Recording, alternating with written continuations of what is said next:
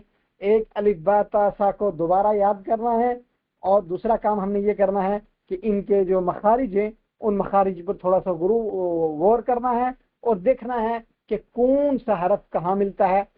اسی کے ساتھ آج کے سبق کا اختتام ہوتا ہے انشاءاللہ. اس کے بعد جب ہمارا چیپٹر نمبر 3 اور لیسن نمبر 2 ہوگا. ٹھیک ہے جی. یہ جو ہمارا تھا یہ چیپٹر 1 ہی تھا. یہ میں نے کل بتایا بھی تھا کہ چیپٹر 1 کا جو حصہ رہ گیا ہے وہ آج بتایا جائے گا. صرف اتنا, آپ اپنے گھر کے اندر بیٹھیں, بچوں کے ساتھ بیٹھیں, ماں باپ بیٹھ کر یہ حروف تیار کر سکتے ہیں, اور چھوٹے بچوں کو آپ سادے انداز میں الف سے لے کر یہاں تک یاد کروا سکتے ہیں. انشاءاللہ آپ کا اس میں بھی فائدہ ہوگا, اور انشاءاللہ بچوں کا بھی فائدہ ہوگا. تو یہ آج کے سبق کی رہی ڈیٹیل. تو اللہ تعالی ہمیں قرآن مجید کو سیکھ کر صحیح مخارج کے ساتھ پڑھنے کی توفیق نصیب فرمائے, اور قرآن مجید کا حق پہچاننے کی توفیق عطا فرمائے. السلام علیکم ورحمۃ اللہ.